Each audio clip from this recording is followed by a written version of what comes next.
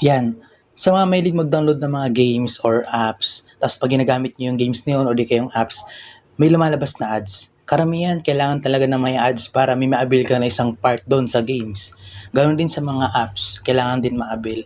Pero may mga apps din sa games na pwede na mo naman tanggalin yung ads nang hindi mo na kailangan mag-avail-avail ng kahit ano. So, hindi ito pang kahalatahan na.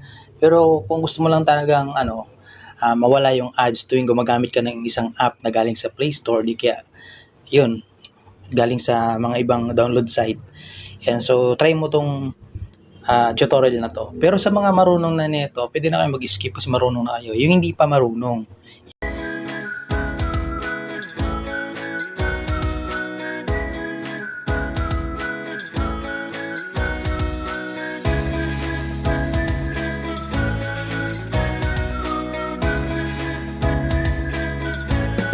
yan. So, ang content natin ngayon ay topic natin ngayon ay tungkol sa kung paano magtanggal ng ads sa mga apps. Yan. So, punta tayo dito sa phone settings. Yan. Ready nyo na yung phone nyo.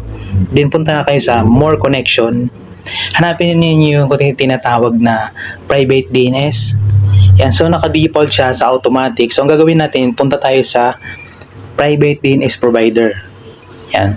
So, for default, wala itong laman. So, lalagyan mo lang siya ng laman. So, kopyahin nyo na lang to. Ilagay nyo dns.adguard.com. Lahat yan small letter, walang space. Then, save.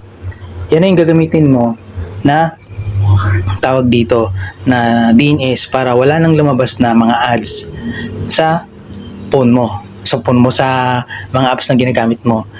Ibang usapan naman to tungkol pagdating sa mga yung nagso-swipe ka lang ng phone, di ka pa nagbubukas ng app, may lalabas na ads. Ang tawag naman doon ay pop-up ads. Hindi na kailangan, hindi tumatalab doon ang DNS ad guard.